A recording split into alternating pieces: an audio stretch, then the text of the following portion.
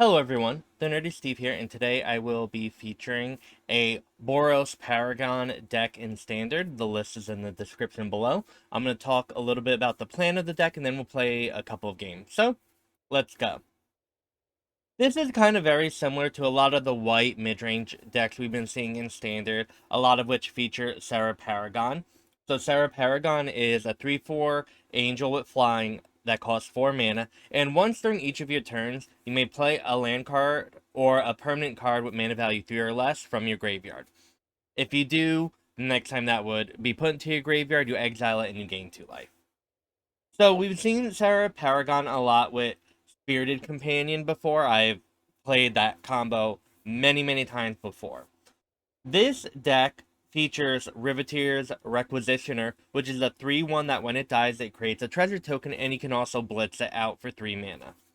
Now, this does a lot of interesting things, being able to attack for 3 out of nowhere to maybe kill a Liliana is really good, but, it does give you treasure, which you can, use to ramp into Owl on turn 4 or to save that mana for later, but cycling it to draw a card is always good. It's kind of like Spirited Companion in that way, where with Serra Paragon, you can draw and ramp yourself. And with the Riveteers Requisitioner, because you're blitzing it, you can also guarantee that life gain as well.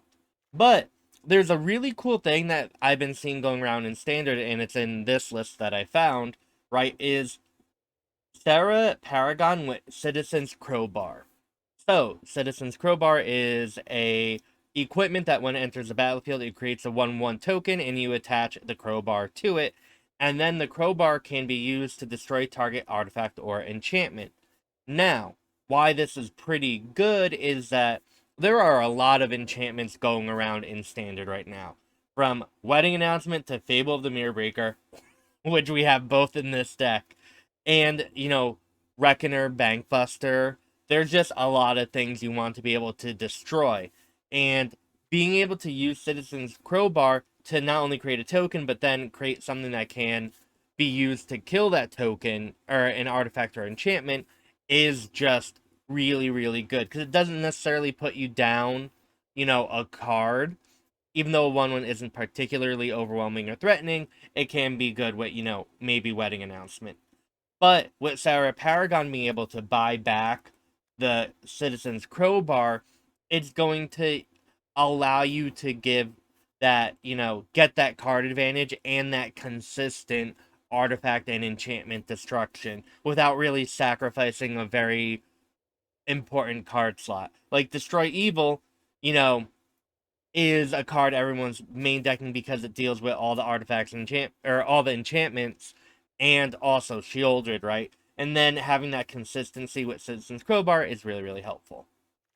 So, but that's the basic deal of the deck. We want to just, we don't have a lot of removal, right? So we just want to really use the card advantage given to us by Serra Paragon and all the tokens with Wedding Announcement and Fable of the Mirror Breaker to just really overwhelm our opponent. And we'll go see if we can do that. So let's play some games. Also, if you haven't already, you should totally like, comment, and subscribe. That's a great way to help support me and this channel. If you have any deck suggestions, please let me know. I am always looking for more things to play. And I have a Twitch if you want to watch me play live Magic. And I have a Metafy if you're interested in coaching. Those links are down below. Now, thank you for watching, and let's play some games. Okay, this is kind of like almost exactly what we want in an opening hand, right? We have the Spirited Companions to cycle through our deck. We also have Fable and Wedding Announcement, so we can play everything in our hand. We can do a lot of stuff, right? And we just now have we just need to get to our Serra Paragon and our Owl. But we're in a really, I think, fundamentally good place right now. So we're going to attack here with the Spirited Companion. Maybe our opponent won't let us. Who knows? I'm not gonna, make any judgments or assumptions. Now, with this deck, like a lot of these Paragon decks that, are very grindy, you do want to hit all of your land drops when you can. And the Spirited Companions are going to really, really help us out here and allow us to do that. Ooh. So our opponent has Siphon Insight, and there are a lot of really bad things our opponent could get. Spirited Companion, not the worst.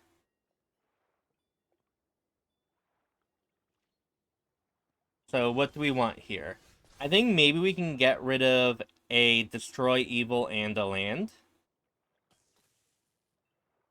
Because we have a land here, we're gonna double Companion, so I'm not too worried about missing our land drops going down, or in the next couple of turns. And we're also getting treasure, so we're gonna have tons of mana. Now, the cool thing about discarding lands to Fable Mirrorbreaker is you can always Serra Paragon them back onto the battlefield. So that's, like, they're not truly gone if you really need that land drop.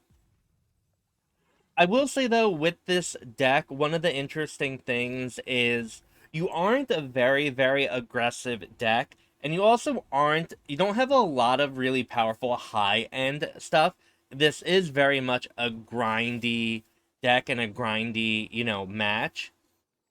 And so I could imagine having some problems against other mid-range decks that have a much better high end. Like, a Resolve Titan of Industry seems like it would be very, very good against us. So, just putting that out there. Now, it looks like our opponent may have disconnected. Who knows? So, that's fine. Or something. We did draw the land, which I wanted. We're going to attack here. Now, unfortunately, because this deck seemed very interesting from our opponent, and if our opponent does continue to time out, then we'll still keep this video. Who knows what's going to happen? Because I think I said maybe some important stuff here so far. Oh, and our opponent is here and did play a land, so must have just been away. Good, because I didn't want to waste all this time. So, but like what I said before kind of still rings true, is that we're not necessarily really, really drawing into something very, very powerful. Owl is really, really good, and we can always use Owl the Dawn Sky to, like, we can destroy evil it to pump up our board if we want to. And that's a lot of damage out of nowhere. But, we're dealing with a lot of just 1/1s, right? And that can get pumped with, the Wandering Emperor and Wedding Announcement. But we don't really have a lot of things individually which are threats, and I think this is kind of what's going to set it apart from the other mid-range decks in a similar fashion in Standard, where we don't have a Sanctuary Warden either, right? So let's just attack with everything here. See what's going on.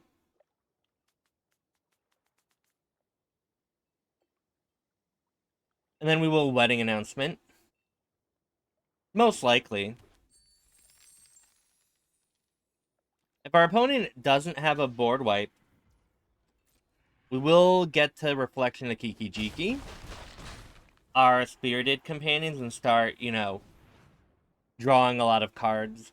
But I have a feeling we're going to not be able to untap with all of our creatures. I could be wrong. I hope I'm wrong, but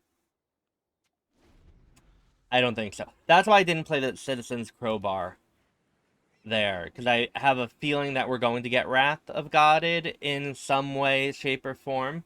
Either Meat Hook Massacre, yep. So, this is a cool thing that I don't know if I've done. With Meat Hook Massacre, it triggers. We are going to destroy the enchantment with Destroy Evil before the ability resolves. This stops our opponent from gaining all of this life, and it's just much, much better for us, right? So I'm actually going to Citizen's Crowbar as well, and equip it onto the Requisitioner. We don't necessarily need the treasure that much, and the 1 damage is very, very important.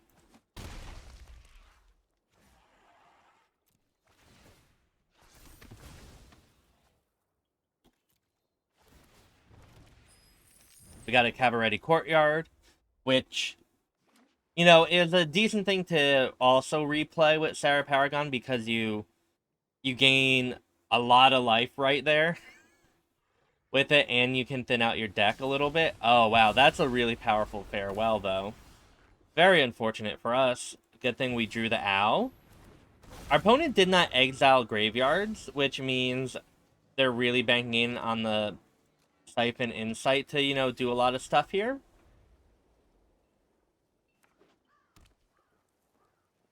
And maybe our opponent doesn't know that our graveyard is probably more important to us than their graveyard is to them.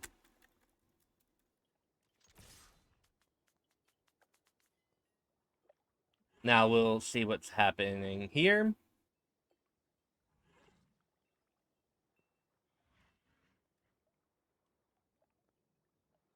We're hoping our opponent doesn't have another... Ooh. Opponent doesn't have another farewell. So our opponent is marching of the Otherworldly Light, our owl, and I think I want to channel the Eiganjo on owl. So it's not only not exiled, but it dies, and we get to get the triggered ability. And that's going to be more important probably than stopping our opponent with the Eiganjo later. It just seems like a much better use of the card. So I don't know what I want to do now. Let's Fable. And we're going to keep that land in our hand.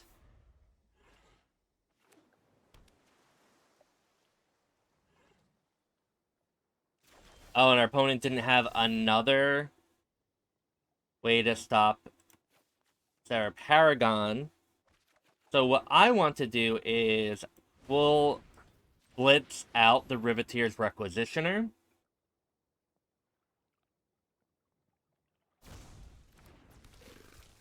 And am I afraid of the Wandering Emperor? Do I not want to attack with Serra Paragon? Maybe I should. This might be me being a little too scared. Hullbreak Horror? Oh. I can assure you that was not something I was anticipating to have to play against, so... Our opponent has a lot of bouncing and stuff going on. Thankfully, not that much mana, but enough where this Hullbreaker Horror is going to be a problem.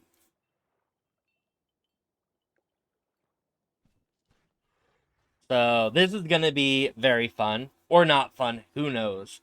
But there's a lot going on here. Our opponent is only at 6 life, which is not a lot. And they have a lot of problematic permanents they have to deal with. So...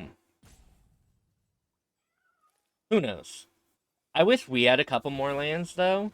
Kaito, alright, is going to bounce the owl. No secret is safe from me. Probably gonna do some looting here to maybe find something very, very cheap.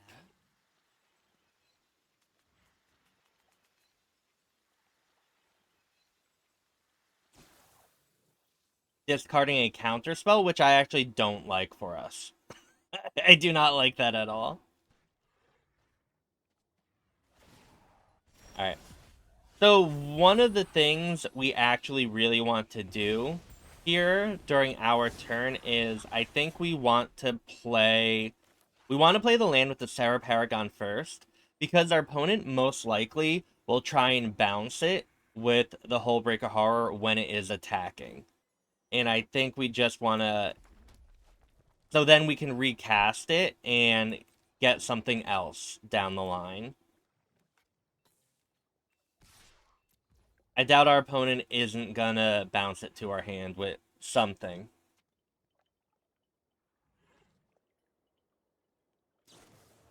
Yeah.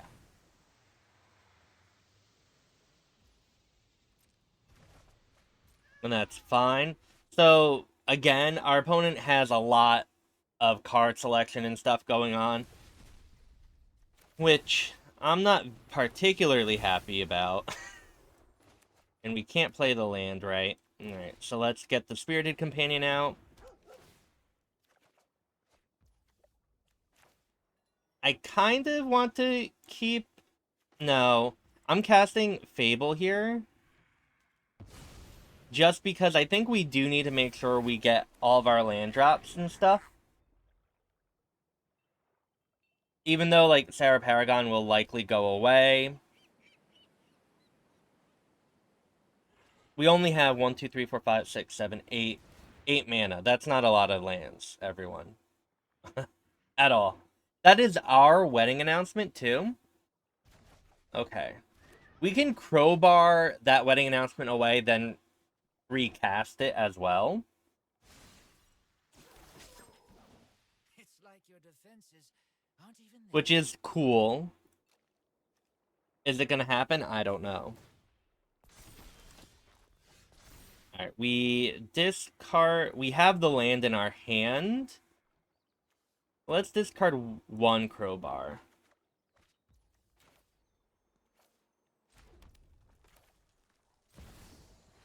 Let's see what our opponent does here.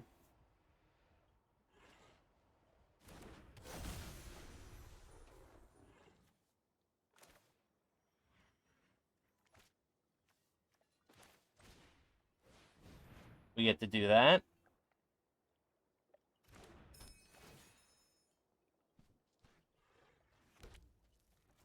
Doesn't have haste. We can give the Serra Paragon haste.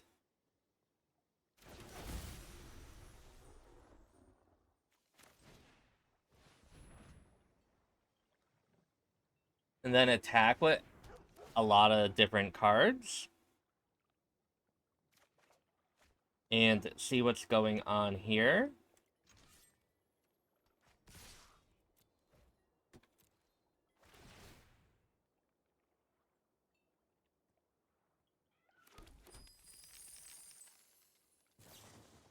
Alright. That's bad for us. That's very bad for us.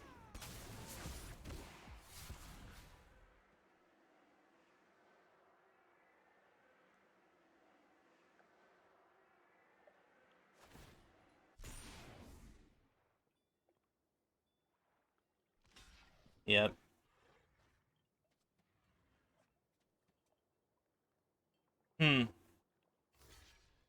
What a interesting game. Our opponent's gaining life from the Obscura, which is very unfortunate.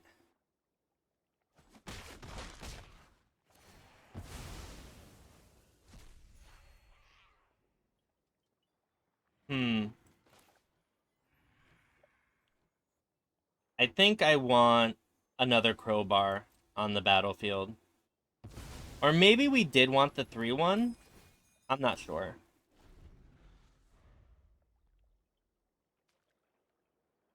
But again, we need to make sure we're playing lands as often as we can.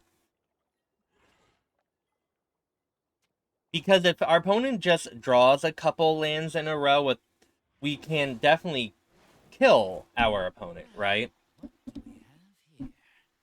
But because we get to replay everything that we're using, right?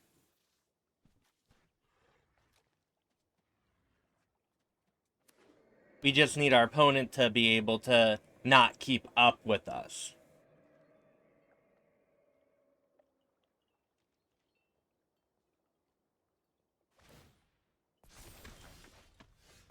So let's do this land. Let's exile the wedding announcement.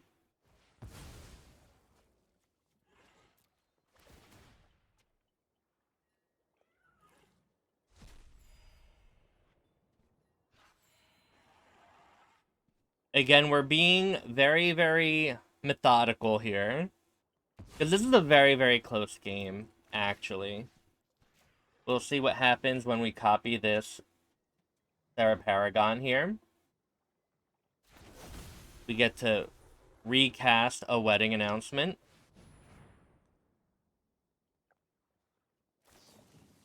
Our opponent has another Hullbreak Horror. Oh no, everyone. This is bad.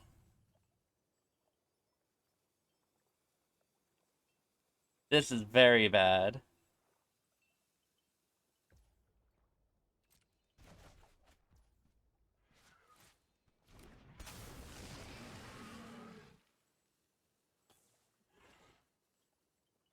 Oh no.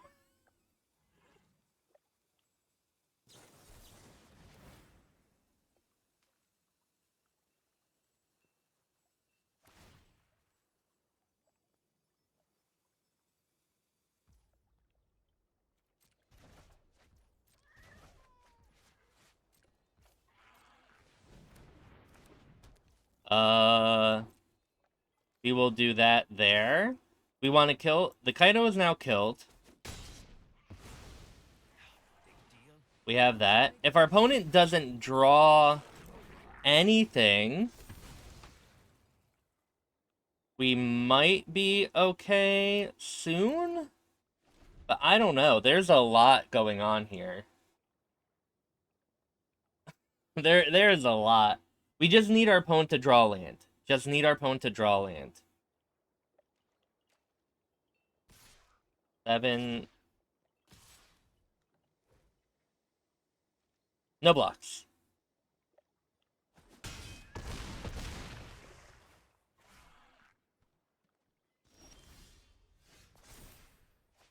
We will discard 1, 2. Because now we also have the Wandering Emperor, right, to exile some stuff. Let's blitz out the Riveteers.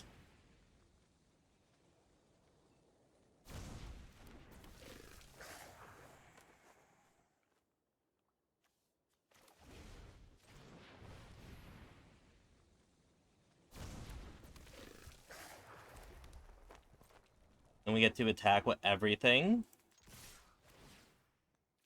And see what our opponent does. Because depending what our opponent does, right, we can Wandering Emperor the Hullbreak. Okay. So I think this is kind of fine. We'll see what happens in combat here. I have no idea what our opponent's doing. Or what they should be doing. I'm going to let them decide.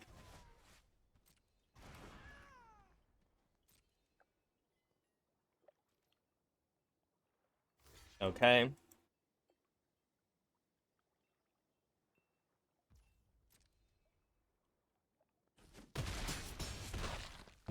Beautiful. We draw a card, create a treasure. We will then Wandering Emperor to exile a Hullbreaker Horror while our opponent has nothing in hand and nothing going on. And GG. Wow. The Burger Baron. Okay.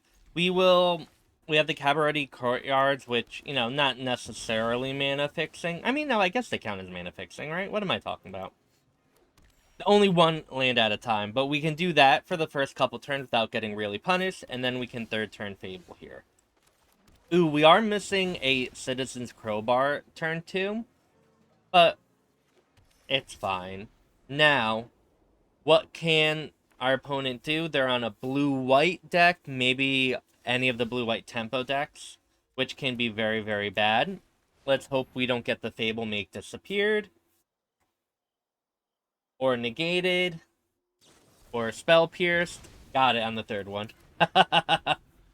Why am I so good?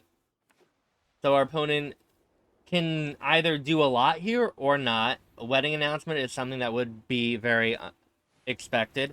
Illuminated Virtuoso. So this means our opponent is on the blue-white, like, tempo type deck that's kind of going on. And I don't know if we even have a good response to this. Because if our opponent just can connive it with, or attach any of the auras to it, it's not good for us. So, that make it unblockable. We don't really... The one problem with this deck, right, is we are a very mid-range oriented deck, right? As in what we expect to play. And we don't have a lot of direct removal for anything our opponent could be doing. And so that is going to very, very hurt us in these more aggro tempo decks like Mono Blue or this. Again, not in love with everything going on in our situation because it's not good. If this was a mid-range matchup, right, the wedding announcements can just really provide so much value and overwhelm our opponent, but it's very, very likely that our opponent is going to kill us in like 2 turns, and there's nothing we can really do to stop the Illuminator Virtuosos from going off. Now, we do have Destroy Evil in our hand, which is a really interesting... It's really interesting how that stacks up here in this particular matchup. It's a card I wouldn't have expected to be good, but it makes a lot of sense. Now, our opponent might be trying to actively make them not greater than 3, which will be a little hard. And I don't think that will be their plan, but we'll see how that goes. Regardless, there's not a lot we can do. Because one of the power of our opponent's deck is because you're constantly conniving, because you're constantly doing so much stuff, you tend to have, like, all your answers that you want in your hand. Now, I am only chumping 1 there because I don't want to lose both creatures yet. I think down the line, those blocks might be a little more important.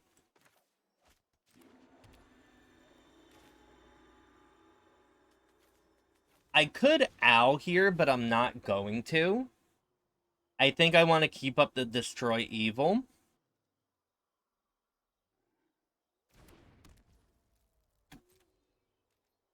And maybe we can owl next turn. But we just say go. Now, here's the thing, too. While I said like, we're not particularly well suited in this matchup, if our opponent can't get through what we have going on, there might be a world where we can win. If our opponent doesn't have any of the things can't be blocked this turn, we have chump blockers for days. And that's why I was kind of considering getting out the Citizen's Crowbar, so we could... I forget the card name, but there are some auras that enchanted creature can't be blocked if it's attacking alone.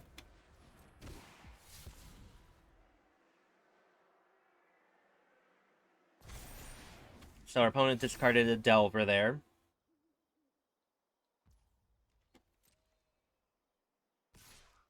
So if our opponent attacks here, I think I'm gonna... Let's destroy... Oh, we don't want to destroy enchantment. Let's destroy target creature with toughness 4 or greater. And see what's going on here, what our opponent has. Our opponent could have Shore Up, Spell Pierce, tons of stuff. We will block.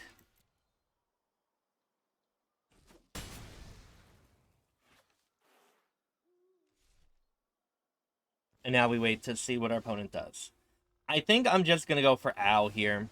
If our opponent has a Make Disappear, which is very, very likely, we cry a little bit, but, you know, that's fine. Or Fading Hope is something that our opponent could have. So now our creatures are very, very, very big, right? And this is something that is important. Again, I didn't think we'd get to this turn. But if you know, our opponent's cards just didn't line up well enough against our things and didn't get the unblockable stuff, then maybe we have a chance. Though we are tapped out, so if our opponent does have the can't be blocked if attacking alone, we would have lost. I'm gonna do this here.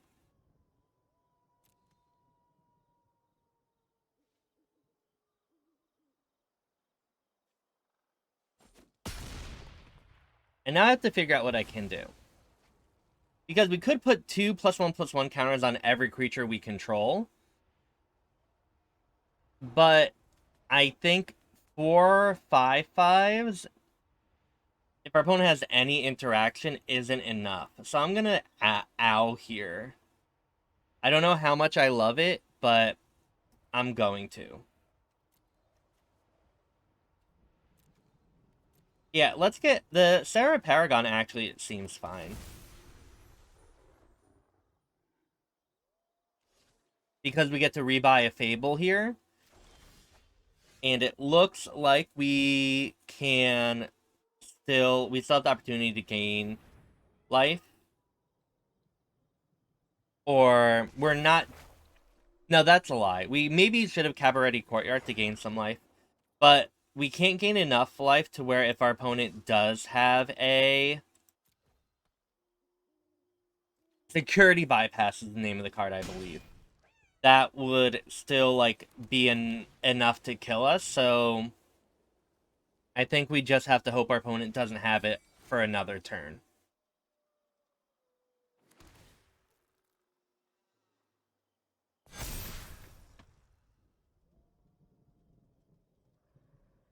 But now, again, we are just hoping. Alright, Boon of what is this card called? Boon of Safety. Alright, discarding a Shore Up. So this is all like pretty good signs that are, to me, that our opponent doesn't have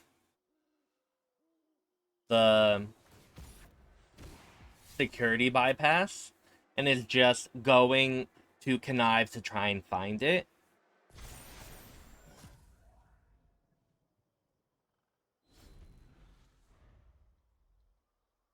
I'd feel much more confident if we had the Citizen's Crowbar on something that didn't have Summoning Sickness. Look, so our opponent did have that, and maybe I needed to do that instead, and that's me messing up a lot.